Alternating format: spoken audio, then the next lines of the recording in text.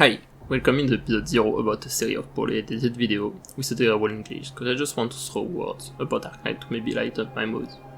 Little warning, even if by click this video you know what you will get.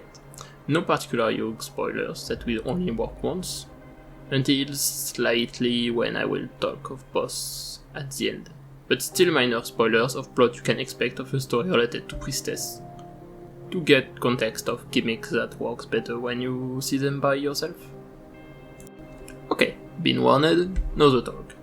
First, what I mean by minor spoilers of plot is I haven't read the story, only and heard small bits. But when trailer dropped and we got a showcase of Stainless in his skins, I saw that enemies were originally matching Sarkascaster and Mudrock Colossus. I knew there was gonna be something like Pirties or Rhode Island going rogue or Priestess turning out data of battle recording against us. And I feel like anyway it's expected something about Pirties would happen in an arc that seems about Priestess. So I was pretty hyped to see if we would just fight the same enemies but with more stats, or all their mechanics are reworked to do something different. What if Arc Knight Year 1 was created with Year 6 knowledge? So let's proceed on why this chapter was a lot of fun. First, just brief road on the banner. Unfortunately, I don't find Liberator's fun, and Winscode seems to just be a basic Liberator stuff. And I didn't get Alana until the recent banner, and I'm out of math, so I never tried. But she seems nice. So, AG Disease, we only talk of the 6 star. Monster is really fun. I really like the idea of a chain medic having technically a UGAS range, if played correctly, depending on your deployer order, which is why I still use Paprika often. And my non-liking of Ulpianus was that the only thing I found fun of him is S3. Skills and talent are boring, and I like more when Crusher don't have self-healing and just cancel and raw stats. So I really wanted something like Ulpianus 3 but on a Kita like the rest. And Monster did it. She's a chain medic with quality of life that make it so much nicer. And device that can only be healed by herself and doesn't take a chain slot. So technically have even bigger auto attack range. So it loses HP, so she constantly heal and have all offensive recovery skill. It's very simple, but it works. This makes it feels nice to play her on the chain gimmick.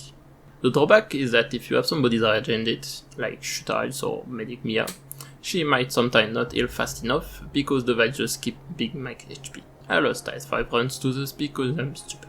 But also, just often, you don't pick the medic for healing only, you more pick it for the speciality it have. And giving high SPD to healed ops is pretty nice, which increase with S2. Which work very well with ops that have already huge physical damage. I really like combo with Odorer and OP can cancel better. And art damage it combo well with Sutter, while also increase SPD of other medic. It's still the skill I like the most, but maybe that because my Chinese account that have not the strongest healer, even if I think people sleep too much on Onibiri S2. And the fact that she force healed the device means that if somebody is dying, welcome back Calcit, they're gonna die if they're not in range. And this 3 is pretty fun too, and make positioning more interesting. No crowd control and less far range to assassinate enemies like Ulpianus, but you can control where you go, self-heal and can go back at your place when dying, but since deployed last at risk of range attack. Additionally, really huge healing, so she becomes actually pretty tanky, and she's more easier to like multi-lane isolation. But the new ranger of S3 mean you can maybe let some ops at risk even more if they are nobody in range to attack to heal. She's strong and simple enough that you can use without saying too much, but she can also make operator deploy other emplacements super interesting, depending on if you deploy the device early or when playing with dot or direction maps. But also she's so great in IS5, especially in 2-4-5 runs. Now the actual chapter. Change mod being able directly and without sanity cost is really nice, though it still costs free practice plan for no reason. I know barely anybody use them, but please AG, do something about it. And especially in older map, it's just nice to open a map with practice plan to collect rewarding and quickly check something on maps directly. They're usually not super hard, but at least somebody who played for long don't have it too easy. But I'd still recommend do them directly, cause unless if I'm wrong, I'm quite sure if you do normal mode, then change mode you will have to still pay double. First maps are basic early maps, and mostly enemies introduction as usual. We encounter a lot of corrupted machine. trash mobs that are pretty weak, but they roll fast, so mass of them easily slips through in rushes. And the cute capybara robot can sometimes spawn on range tiles, stealing them and make next tiles at risk of their attack. And I love soft band tiles. The comeback of a drone that instantly explode, and an elite machine with weak HP compared to its defenders that spawns trash mobs. So far, nothing special outside of a small support machinery being co-opted and turning against us. Then tutorial happened with the map's gimmick. BRTS turn against us. Tutorial became a killable flying enemy, moving around, summoning mobs, and sometimes put them in range tile to steal them, deploying the gimmick device and try to activate them. So just like Twilight of Volleyment, we have some kind of map control battle with the opponent. Device take time to charge and cost 10 DP to activate, and we reduce by half the enemy's death and res in 3x3. But if BTS activated, it's our hope instead that will get affected. Device serve as elite enemies have on average low HP but pretty high or higher than average defense and res. Once used, you put them as the relatively normal stats, which makes sense that some enemies in chapter have 10% reduction to injury. It's not enough for it to matter a lot, phase 2 Virtuosa, but it encourages a bit to fight in the device range. And be cautious as you can't save it for later as PRTS will activate them, or use true damage and debuffers. Overall, monster is pretty well made for events. Little aside, it's interesting when you look at events, they usually are either made to make the 6-star good, or with long DOT for bomb and face tank boss, or bad, Dorothy with unblocked DR, one-time shield and Yuke stacked, so she mostly do crowd control. If you have a stacked account, overall it's a gimme that don't matter unless maybe in hardest maps and CM+, but we'll come to this later. Cause you just have mobs that can break the defense otherwise, so it's not matter. Then we get the interesting enemies, the remake clones in Originiums. The first one we encounter is a Sarcas caster, 50% less HP, a bit more res and a lot more def. And they present it well by having instantly on the field, but this time it doesn't stun your ops, it stuns your DP generation, stopping DP from increase naturally to encourage Vanguard, stun it, or use the funny moving around or increase screen size to deploy your range ops. But if at some point you didn't being cautious of your DP after redeploy too much, you end without DP because of them. I think they definitely have gimmies that can be used in CC map, but it's just so funny to see for the first time that laser goes through your screen. Then we have the introduction of the Oneros, the drone from chapter 6. A bit less HP, bit more res and 2 times the defense. But this time it doesn't freeze the ops on the field, but on her hands, making them undeployable, always targeting the most costly one. Which at me sometimes bring expansive like Lutonada, just so I could have you shine that freeze at a certain time, and then the map throw you massive wave of trash mob while you're getting distracted by the new enemy. I don't know how to explain properly, but I like that they have a macro effect rather than micro effect, like in classic RTS, by slowing enemies' production instead of stall their army. Then we have a wall Originium thing, which depending on how you fight it, you get 3 different walls.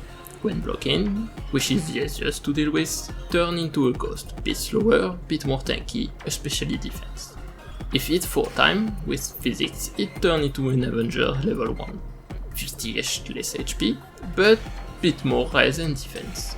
If with art instead, the most powerful one, it turns into a Speccaster Ops from chapter 5, bit more HP, and res, more def, slower, and attack to target from the red version. And if everything else, they will just turn all your damage to 0 and be immortal. And they can't even beat cheese much until they're transformed. Then we have a Frozen Monstrosity, as it's supposed to be Frost Nova 2, stat close to the Originium Sarcas caster, but their special is that when dying they will put Frost Nova seal tile on their death. And if PRTS pulls them on a range tile, it also becomes a sealed tile, so you really want to avoid PRTS deploy them. In general it's fine cause you can have access to ops like Artificer device to block it. And final one, to me the less interesting, the Mudrock Colossus. 85 less HP, half attack, slower, but 3 or 4 times more defense and res, and no deal AoE damage on the target, making them easier to block, but no can threaten your range ops. Haven't showcased in the map as you don't have a lot of plays. I haven't noticed if it was on launch or they added later, but all enemies in the chapter are targeted as original creatures, not like infested creatures, which would apply in later chapter. We might have enemies in the style. I really hope some may come back or are comboed, and not just every time the new enemies of the chapter. Also, I hope they do some ops or at least a boss that can have something special to it, like how they put possessed tag just for Mephisto boss fight, increase their regen or power, maybe last boss of Arc 3. Also, that just looks really cool. But now the most important part of the chapter is Dangerous Place with CM and CM+. Each arc kinda has their own gimmicks for H and CM map. Arc 1 is just CM as we all know, used everywhere, one effect and a few more stats that don't need to be done, and after part 2, H stages that just needed to beat the chapter in normal. In Arc 2, if I remember correctly, they did the same for chapter 9, then decided after chapter 10 to have some story mode, normal mode and hard mode. Basically CM, but this time CM could sometimes change completely the map layout, which was very interesting. And its stages unlocked by chapter in CM, which makes sense to me. Why would you do the hardest stage if you haven't beaten the middle difficulty? It was just a problem with the welfare system having a chapter effect and then unlock it super late if doing CM directly. Here you can go fight CM directly without double cost, and once beaten, you get CM+, that have no cost, really good choice. That have 2 levels of difficulty, each level give you 1 point, and you get reward and unlock each stages by having a certain amount of points. There are in total 32 points, but you only need 40 for each 4 and 24 for full reward. Until map 15-14 they're really not hard, as it's mostly enemies introduction which will get 20-ish points, so you can, if needed, just do level 1 for the second half of the chapter. That is definitely harder. How it works is basically fighting a CM over a CM over a CM over normal mode, but the basic stat increases additive. Example, CM gives 20% HP, level 1 will give 40% HP, and level 2 will give 60%. And each level has 2 different options of your choice. Like CC, you choose a buff you face. It's overall a dual CM buff, like X is faster, or more attack, Pantile, Glass, etc. etc. A bit of shame it doesn't have the new layout from Arc 2. But there are some really nice things, like even if they're minimal, they're gimmick only in CM, like energy jump tiles that do art explosion. Basically volcano from Surging Flame, but we take it. Or on certain maps, there will be enemies already on certain high tile, or PTS will add more enemies, or move them somewhere else. Or a thing where if enemies are far from another enemy, they will get more attack. Or that enemy can deal even more damage to low in HP operators. Or get passive healing. And the stat increase on average at level 2 is 60% HP, 30% attack and defense, which makes the device even more important when using physical DPS, as it can easily be plus 300 defense and gives them relatively normal HP. Or having the choice really fresh up the experience. Do I want my strategy based on around the style binds or this one? Do I want to do sniper focus or caster focus? Do I want to ban certain ops that might be my carry or face a slower DP chain? Buff this enemy or this one, etc, etc. It's not yet groundbreaking effect, but on top of each other, can completely change the strat to take or have maps more different between them. I really hope they go deeper on the systems for next chapter. And honestly, I hope they do this effect on some map outside of Arc 3, like A stages. Maybe do them without the heavily increase in stats, because if you don't design enemies in stats based on this, it might cause trouble to balance between X and S stages. But having S stages with even more effect with self-trust can be interesting. But again, pose the question of how much hard maps should be and how much do you impact people FOMO by locking reward behind them. I think Arc Knight win more by letting players choose their difficulty they face and make a super difficulty useless and not important. Some map appreciation. 15-15, where there are original everywhere. If you start to use AoE, you get plenty of Avengers or casters that will explode you. If you block to get ghost, then your ranges get very reduced because you need to avoid hit the others one or too early. Level 1 can help you with that by make the extra hits, or make them stronger once you put them in Avengers or Caster, and then later on add some spam robots. So if you don't have your range wide enough and pay attention to PRTS, you might get overrun, and give the choice between different ban tiles. I had to get carry by Audacity and Crown Slayer and deploy Chief Defender a bit everywhere.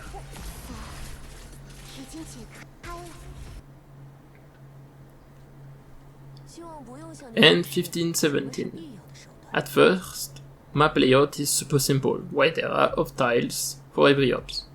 But enemies get a lot of attack, making trash mobs with their high speed easily threat to some range ops. Then you have to choose between slower DP gen, to make early rush bit harder to cover, or less deploy ops, so later in the map you can cover less your multiple lane when stronger enemies come. I chose less deploy, trusted in my ops to handle multiple lane fine, so I wanted to have a better start to be ready the faster. Especially cause level 2 PRTS deploy the frozen monstrosity more to the right, so you can't anymore block them to instantly kill them, and have to face them. But it's an advantage, as if you're already late enough, at the start where you couldn't deploy in time, then at least the style will not be banned. But the threat is that they are very early. Or Gem will deal more damage to ops under HP, which are a late map threat. Make caster wreck you if you start get overrun as they come in pair, or Avengers wreck even your strongest tank, dealing over 4k damage. I felt like I was anyway fighting Ghost, and maybe my Ashlog would activate the Avengers form, and trusted anyway now that would handle it, especially if well timed with the Divide, just being cautious of PRTS. So I decided to take the other version for me to choose a strengthening Frozen, needing to quickly burst them down with Igniting Spark, cause if I start to run out of DP it's gonna be worse with the coming Sarkas caster. And I took Crown Slayer, who unlike Red would not instantly target, but Crown Slayer actually carry by weaken or deal with the trash mobs. Cause I realized that then moving fast when I had to retreat some mobs to deploy my damage means I have to few line out of blockers. Overall, genuinely Crown Slayer carried me a lot in most second part maps. I really enjoy user, a stun and wide range is so good. So I was pretty hyped for H stages, they have range to be pretty good. Unfortunately, they are nice, I still enjoy play them, but they still let me disappointed.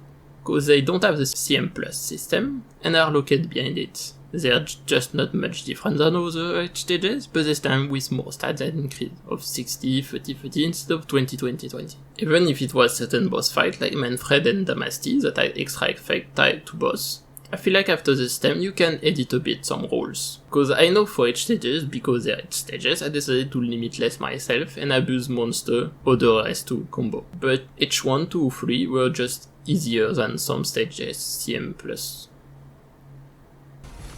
H1 is just 2 lane to hold, one spamming you for trash mobs and drones that have no very effective eye tile to deal with them, and PRTS spawn a bunch of Sarkas caster block DP on range tile, in a line of Colossus and Frozen. But you don't need much AoE for bottom lane, and it's not hard to counter PRTS. H2 a very early Sarkas caster throw a bunch of summon machine, and later PRTS spam of Frozen on high tile before a bunch of Colossus come. Again, bit tricky to open, just done and it works. They're pretty nice, but they don't feel harder than other maps. H3 is the one where I feel like they should have do additional effects. Map have no device and spam you of Colossus and drone, so you need some debuffer or crowd control. But the big twist is that map start with 7 Sarkas caster on the map. You obviously can't handle them all, so you have a bit of delayed DP while also just being served by tile. But I doubt anyway you would deploy on the side of map. But I feel like map would work better if they could activate their abilities to force you to deal with them all slowly, or be forced to have phase with no DP. Maybe they get very hard if you do certain niches that can't counter well the gimmicks, but I feel like each stages should be a bit more special if you want to lock them behind a system that have more variety than we had before. I really hope XG work on this, it can be very interesting than just we get even more stats than before. Even if I think overall stat balance that have been pretty good in this chapter despite the system and the gimmicks. Now for last part, I will not talk of 15-19. If you know, you know, it is a very fun tutorial, but I will let you discover it yourself. If you don't want to be spoiled the boss, have a good day. I guess just know that I think it is a very cool and fun boss, but that stat might cause it to not work that well, cause niches clear kinda become very semi. There's not much strat left to do when you want to do low ups, then cheese it. So it poses a few questions about niche 19 for H4, even if 4-star repeated it a month-ish after, should are the maps people answer around 4-star. Now, if you don't want to be spoiled, let me speak more. So Rogue BRTS is a static boss that doesn't really do things, it uses a corrupted machine bodyguard to fight. Once you kill the bodyguard, it will lose its invincibility until being hit 50 times, and get 1 SP every second, and the bodyguard will wake up again. If not killed in 7 minutes, you lose. The bodyguard have relatively classic offensive stats for a caster. It can throw a shell when it wakes up to freeze 4 operators in their hand. Every 12 seconds it will charge a projectile to the closest operator, and kinda like evocators, it gets weaker as longer it travels. After 15 seconds it will start moving and wait for PTS then to pick it up. It will be hovering for 25 seconds and have increased range, target 2 and attack faster. Every time it revives it will get 100 extra attack, have bigger range, and faster when hovering. Additionally, if the devices are not all friendly, it will shoot a very powerful laser constantly for the duration, or crash if lost too much HP. And remember when I said I like it, there was effects that don't impact operator on the field? After freeze ups in our end, it will also deactivate time and pause, and force you to play at 2 times speed. The only way to slow it by clicking your ups. It's really nice boss. But I still have mixed feeling, cause both have 3000 defense and 75 res, and so close to 4000 at challenge mode, tier 2. But the PRTS don't have any way through the map to reduce it. None of both maps have a device next to it. Edge doesn't even have any close melee range, so you couldn't even use monster. But it would be fine, right? Ball event have high stats but low HP, and you can probably use some hard debuffer. It have 50k-ish HP, which is the average stat considering it doesn't have a P2. But on CN Plus it's over 80k, which is pretty normal boss HP. And every time you have to kill the bodyguard, it has 25k, 40k-ish HP. And once the device used, so it's basically a lightly tankier big ugly thing. But considering it's sleeping when killed, you have around 30 seconds to charge back your skill to burst it back. So if you're on a good cycle, just spam kill it and have relatively unnoticed time to DPS PRTS. But you have to deal with the rest of the map, which are pretty powerful at CM+. So it becomes very hard to put your damage on the enemies, heal operator, while keeping bodyguard on the device, whilst also set up your best DPS or debuffer for PRTS. Especially in H4 that is a way wider maps with less close to each other device. So it becomes that the easiest way is to do the usual kill gate cheese, and kill 1 time the bodyguard quick, before part 1 wave, and stall the last enemy so you can just spam all your DPS on just PRTS and us bodyguard, and with practically all low ups clear to have to do this. And the reason for 4-star to struggle and take a month to beat H4 is because only debuffer is 35% for 5 seconds from Meteor, 2300 is still too much defense for a lot of 4-star, and as with 30% res or use acid drop for the talent. But the thing is also, the more you use ops at the same time, the faster PRTS will wake up, and the cycling for kill bodyguard can get tricky. So at first, it was believed 4-star could not be able to fight it. They still managed to optimize their cycle to just have enough damage with haze and acid drop. And so, is it the hardest main story boss? Yes, no. Like, beat it fairly with fighting part 2 waves, while deal with boss is super hard. But cheese make it definitely way easier. To me I would say story mode or at least CM Plus is harder than all other, even maybe when cheesing. But H4 it's not really hard to cheese it, and so I think H4 Dynasty is still harder, maybe even H4 Sanguinar too. Hard to say. PRTS definitely get really hard countered by Nerf Virtuosa. So to me I think I would have reduced def and res of PRTS and instead give it to bodyguard, or increase the time needed to fight. But this is what I meant by should hard map be balanced around 4 star or not, to make actually hard maps. Cause you can't make super hard maps for 6 star if you balance it on 4 star, the power difference is way too big. And that's what I meant by how do niche clear should be.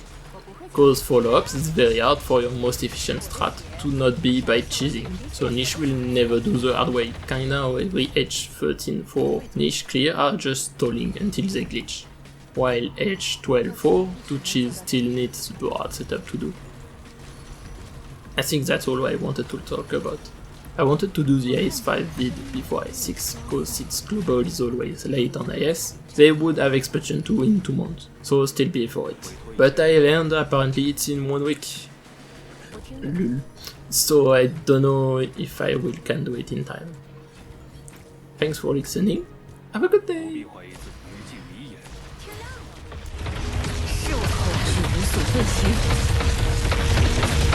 我的火亡魂会因恐惧听见了移动的声音。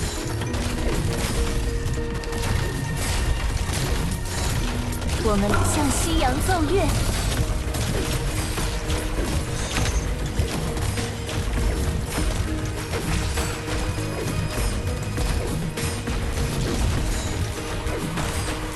全是将你让我火头的威力，就上我的爪子。你只能走到这里了，我的火。加油！